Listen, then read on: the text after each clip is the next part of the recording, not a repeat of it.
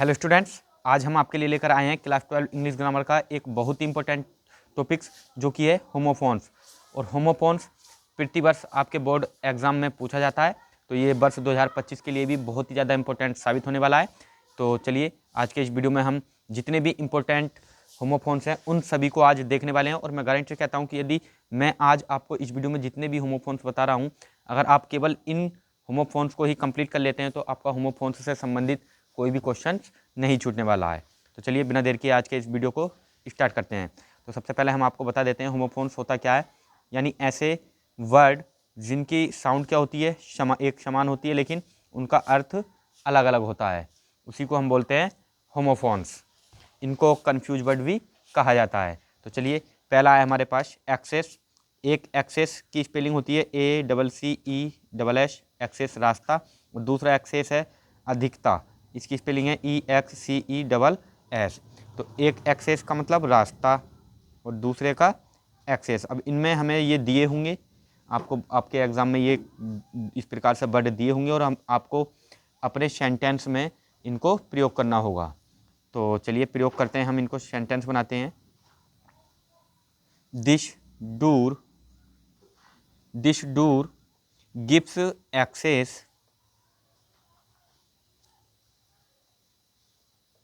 Gives access यहाँ पर हमने इसका प्रयोग कर दिया है, gives access to a living room, access to a living room. यानी यह दरवाज़ा कमरे तक जाने का रास्ता देता है। सेकंड है एक्सेस दूसरा है अधिकता। Excess of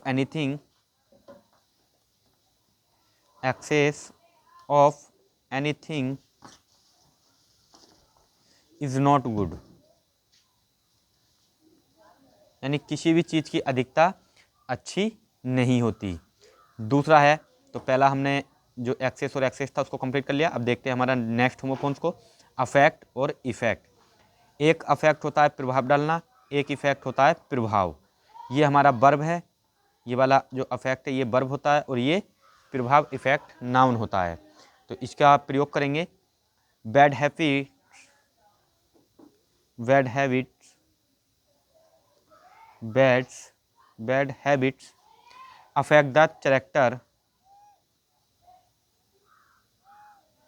affect the character of a man।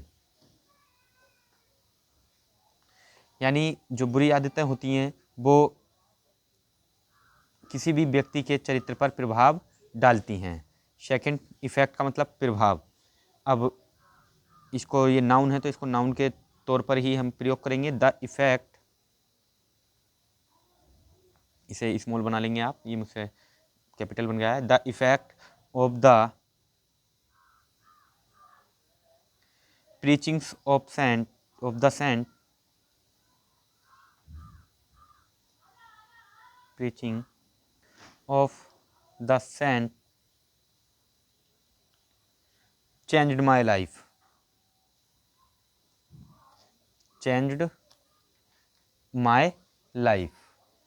तो इस प्रकार जो इफ़ेक्ट था इसका भी प्रयोग हमने कर लिया है। यानी जो इफ़ेक्ट है, संत की वाणी का इफ़ेक्ट ने मेरे जीवन को बदल दिया। नेक्स्ट है तीसरा, अडेप्ट, अनुकूल होना। और एक होता है अडोप्ट, ग्रहण करना। अब इनका प्रयोग हम करेंगे, तो चलिए करते हैं हम इनका अपने आउन सेंटेंस में प्रयोग। तो animals adopt themselves, animals adopt themselves to the climate,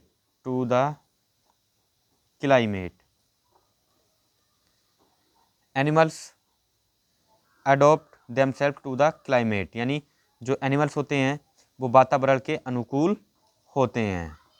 अनुकूल होना यानी अडेप्ट का मतलब, सॉरी यहाँ पर ये वाला अडेप्ट आएगा। Animals adapt themselves to the climate, यानी जो जानवर होते हैं वो वातावरण के अनुसार अपने आप को खुद को क्या कर लेते हैं, अनुकूल कर लेते हैं। नेक्स्ट है अडोप्ट। अडोप्ट का मतलब होता है ग्रहण करना। अब ग्रहण करना के लिए हम प्रयोग करेंगे वाक्य में इसका, तो we have adopted, we have adopted scientific methods, scientific method of farming, of farming, यानी इसका भी यूज हमने कर लिया है। We have adopted scientific method of farming, हमने खेती का या किसानी का साइंटिफिक तरीका या विधि ग्रहण की। नेक्स्ट है अवेंज, बदला लेना, और एक होता है रिवेंज, बदला लेने की भावना। ये नाउन है और ये वर्ब है। तो अवेंज और रिवेंज के लिए चलिए प्रयोग करते हैं हम। तो अवेंज,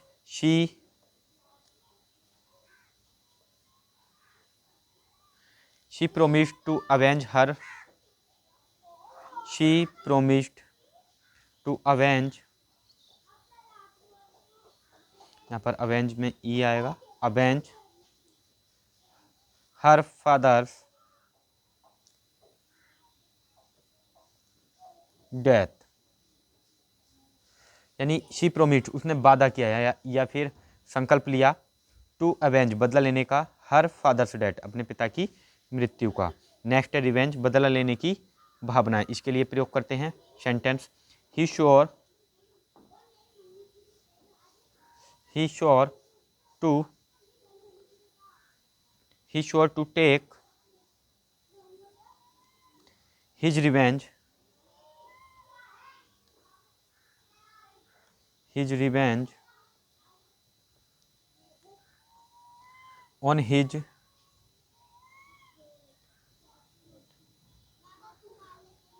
his opponent। सॉरी मैं इसको यहाँ लिख देता हूँ,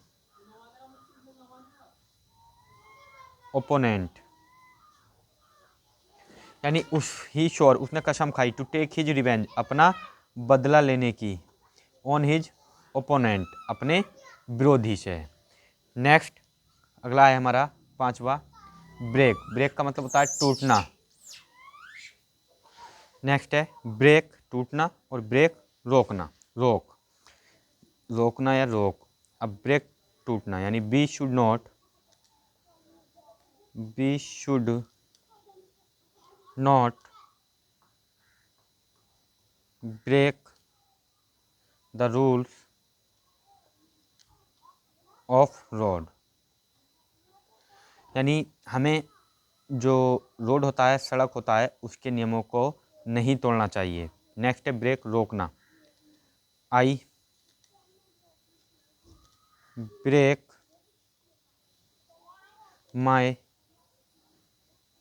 car to see a child, यानी आई ब्रेक, मैंने रोका अपनी कार को, टू सी ए चाइल्ड, यानी एक बच्चे को देखकर। नेक्स्ट छठा है, एक है हमारे पास चेक और एक है दूसरा चेक। इसकी स्पेलिंग CHE, सी के, जांच करना, और ये CHEQUE चेक, ये नाउन है, और ये खाते वाला जो होता है चेक, उस चेक की बात जो है यहाँ पर की जा रही है। तो चलिए दोनों का जो सेंटेंस बनाते हैं, हम प्रयोग करते हैं दोनों को। पहले चेक के लिए हम लिखेंगे, he checked the matter, he checked the matter before submitting it, submitting it, यानी उसने सारा मैटर जो है चेक किया इसको सबमिट करने से पहले। फिर दूसरा चेक का हम करेंगे, he issued me, he issued me uh blank cheque,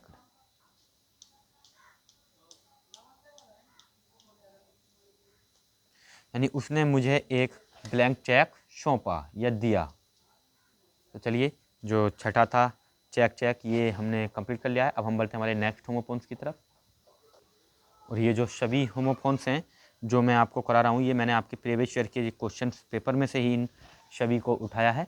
जो क्वेश्चन बैंक है उसमें से अच्छी तरह जांच करने के बाद मैंने इन सभी को उठाया, और मैं गाइड से कहता हूँ कि ये ही आपसे वर्ष 2025 में भी पूछे जाने वाले हैं, तो इनको आप अच्छी तरह तैयार कर लें। मात्र 13 जो होमोफोन्स है ये मैंने आपके लिए आज इस वीडियो में बताए हैं, और आप केवल इन्हीं को तैयार कर लें, आपका होमोफोन्स से संबंधित कोई क्वेश्चन नहीं बचेगा। तो चलिए बढ़ते हैं, सॉल्व करते हैं नेक्स्ट को। नेक्स्ट है हमारा कैरियर। एक कैरियर होता है पेशा, और दूसरा कैरियर होता है वाहक, जो कि बोझा होता है। तो पहले हम इसका प्रयोग करेंगे, फिर इसमें इसका प्रयोग करेंगे। तो पहले कैरियर के लिए चूज आ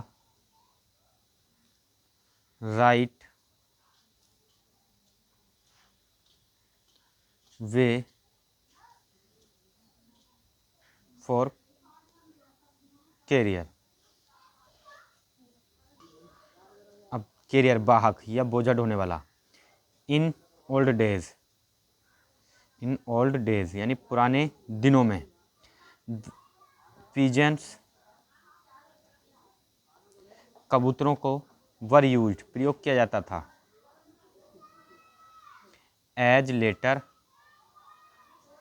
लेटर कैरियर, यानी जो पुराना समय था उसमें हम कबूतरों का प्रयोग लेटर वाहक के रूप में करते थे, यानी वो एक स्थान से दूसरे स्थान को लेटर यानी पत्र जो है लेकर जाते थे। नेक्स्ट है हमारा डिसेंट, अवरोहण यानी चढ़ाई करना। The enemy descent the fort, जो दुश्मन था उसने किले पर चढ़ाई की। नेक्स्ट है डिसेंट, डिसेंट का मतलब विरोध। I will open dissent, I will decent,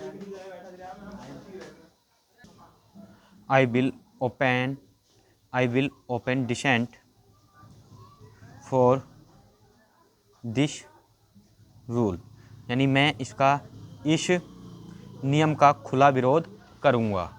next है हमारा, तो 8वां भी हमने कल कंप्लीट कर लिया। अब हम देखते हैं 9th एडिशन। एक एडिशन होता है संस्करण, और अगला एडिशन है जोड़ना। एक एडिशन संस्करण और दूसरा जोड़ना, तो इन दोनों के भी प्रयोग को हम अपने सेंटेंस में करते हैं। तो चलिए पहले का प्रयोग हम देखते हैं। This is the second edition of my book, यह मेरी पुस्तक का दूसरा संस्करण है। नेक्स्ट एडिशन जोड़ना। We should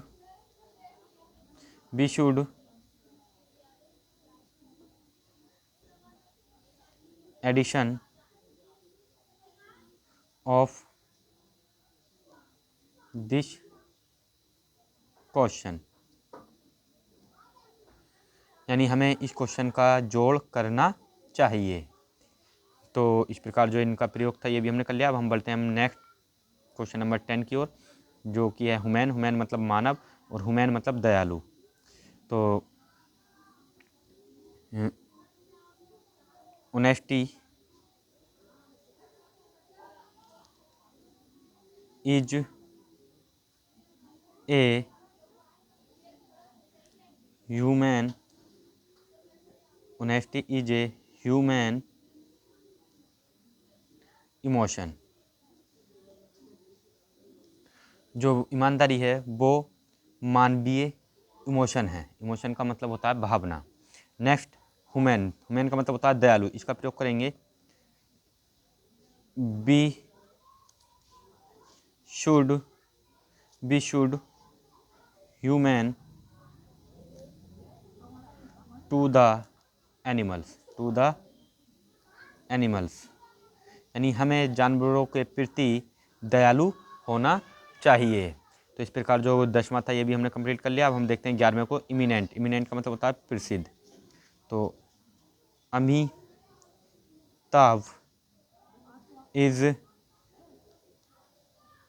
an eminent actor, यानी अमिताभ क्या है, एक प्रसिद्ध एक्टर हैं। नेक्स्ट है इमिनेंट, सन्निकट या करीब। आई solved this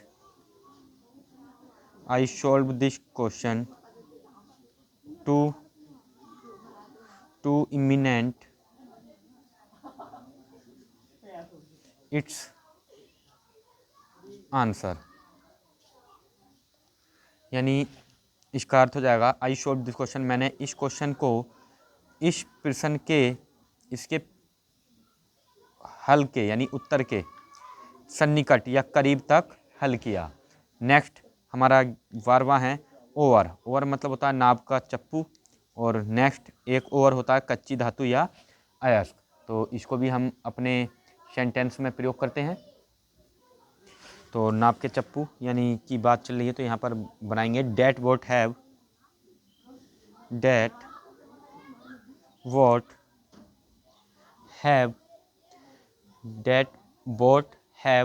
fine overs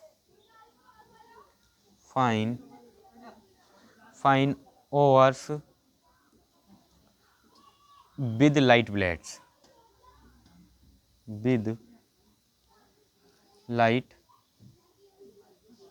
blades, यानी उस नाव के जो चप्पू थे वो क्या थे, बहुत ही अच्छे थे, यानी बढ़िया थे, और लाइट्स ब्लेड्स थे, उनके ब्लेड कैसे थे, लाइट थे, मतलब चमकीले थे।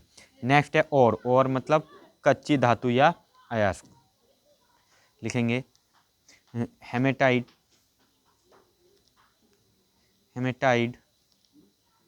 Is the ore of iron, यानी जो हेमेटाइड है वो लोहे का एक अयस्क है। नेक्स्ट हमारा क्वेश्चन है आज का और अंतिम, जो होमोफोन्स है वो है साइज, कब्जा करना, और एक होता है शीज, बंद होना। I the police seized the criminal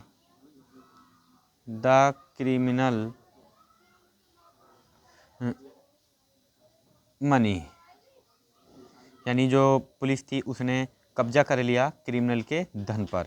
next है सीज मतलब बंद होना। The police seized the